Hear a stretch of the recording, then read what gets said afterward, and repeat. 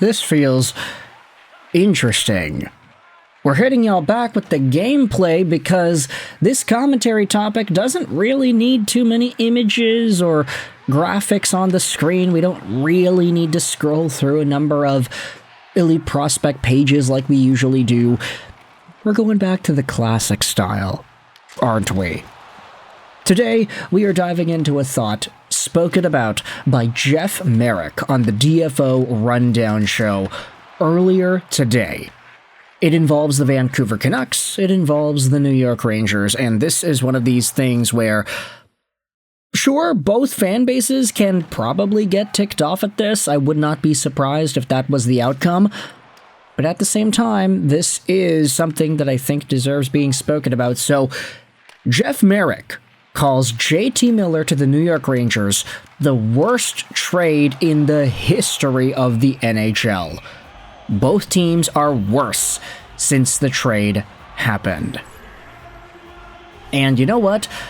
While it seems hyperbolic to say that this is the worst trade in NHL history, when you look at both of these teams, you look at where they were, you look at the asset that was moved, and you look at where both of these teams are a year later, I mean, using all those factors, it's hard to really find any worse trade, right?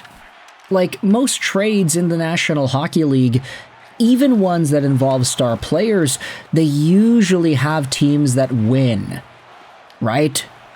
They win. They have success. They're finding themselves in playoff positions, or they get reasonable results post-trade a year later, 2 years later. But for both of these teams, the fact that they're both worst in the league territory, the fact that New York is the worst team in the East and Vancouver is the worst team in the National Hockey League, period, the fact that JT Miller is this inconsistent and this bad as a member of the Rangers, despite being a 100-point scorer just 2 seasons ago.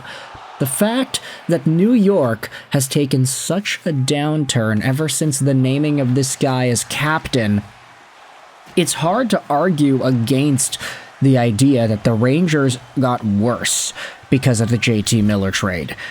For the Vancouver side of things, yeah, it's true, they needed to trade this guy away. It was an option they had to execute. They could not ignore it. They tried to fix the issues between Miller and Pettersson. They couldn't. Is that their fault? It very well could be. It could be Vancouver's fault that they pushed Elias Pettersson to the brink. They told JT Miller in the summer of 2024, hey, Petey struggled at the end of the season, and he's got this new contract. So, Millsy, we want you to step in and push Petey to being better. It's the micromanaging by Rick Tocchet. It's the absence of any real diffusing ability from Quinn Hughes as the captain of the team. There were so many under-the-hood issues with Vancouver during that summer of 2024 to 24-25 season transition that the team ended up going through. And it was so rotten to the point that they needed to trade away one of Miller, one of Pettersson. It had to happen. But the problem is, Vancouver, they made the trade, and nothing really happened. Yes, there was a brief period last season when Miller was injured and Elias Pettersson started to actually produce, and the theory was, oh, when Miller is gone, Pettersson's gonna, I'm not gonna even say get back to what he was before, but he's just gonna be better. And while I think it is fair to say that Petey has gotten a smidge more valuable on the ice this season, he's been more defensively responsible, he's been a dog in some nights, he's starting to use that one-timer a tad more. It's not as common as it was once upon a time, but we had seen more of those goals go in this season compared to last. But at the end of the day, Pettersson is still nowhere near what he was supposed to be. Nowhere near what he was in 2022, 2023, for example. His 100-point season with Andrei Kuzmenko. He is nowhere near that level of effectiveness. And the Vancouver Canucks, they got worse because Their head coach ended up leaving. He didn't want to be a part of this drama. He wanted to go back home.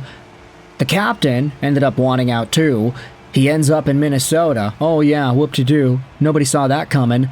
And Filipino is not even an option for the Vancouver Canucks. Victor Mancini is fine. Young guy, really ambitious offensive defenseman qualities in his game. He's not there yet, but he's going to take a few more years to grow and become an NHL stud, if he ever becomes that. But it's hard to find any positive value out of that JT Miller trade, from Vancouver's perspective. I think probably the biggest positive is the addition by subtraction theory, one that was actually making the rounds when the trade was made in the first place. Ah, yes, JT Miller's presence was so bad on Vancouver that they needed to get rid of him. Now that he's gone, this team can recover. They can breathe. And then Quinn Hughes can ask for a trade. Oh wait, no, never mind. That was never supposed to happen. Just kidding. It was going to happen inevitably no matter what happened. You also have the idea that JT Miller is so inadequate as a captain right now that Rangers fans are already ticked off at his presence on the team. They're frustrated with his leadership, his on-ice habits, his lack of desire to compete in some moments. But the thing is, like, the Rangers are bad, yes. I just don't know if JT Miller is the reason they are bad. We've heard this comment made so many times about the guy over the past few months, even years really, that JT Miller is an amplifier type guy. When things are going good, when the playoffs are rolling, when the team's winning games, that's when JT Miller feels like a crazy awesome addition to your team. When Vancouver made the playoffs in 2024, throughout the course of that year, JT was a monster. He was a 100-point scorer, he was a prime leader, he was a vocal, very enthusiastic player in the media, and we saw the best out of Miller in the postseason when he ended up scoring some pretty clutch goals, winning Vancouver some games versus Edmonton and what have you. JT was a primed and very openly loved part of Vancouver's hockey team. But when things are going bad, oh yeah, they go bad. That 2020-2021 bubble year that Vancouver had was a terrible JT Miller season. He was a 70-point guy the year before, first year as a Canuck, and then the year after he was frustrated, he was yelling at everybody, he was swearing constantly. You could tell that he was not having a good time. When he's playing good hockey and the Canucks are winning, hey, that's when JT had a good time, and that's when he actually felt very appreciated as a member of this team. When the Canucks sucked and JT Miller was showing the worst parts of his personality, a lot of Canucks fans were like, hey, what the hell's wrong with this guy? What's your problem? And then it comes out that he's yelling at Elias Pettersson in practice, and then he might have called him a name or two, he might have tossed an iPad at the wall or something, whatever the rumors were going out there and saying happened, and it's like, oh, well, this guy. Canucks can't keep this guy.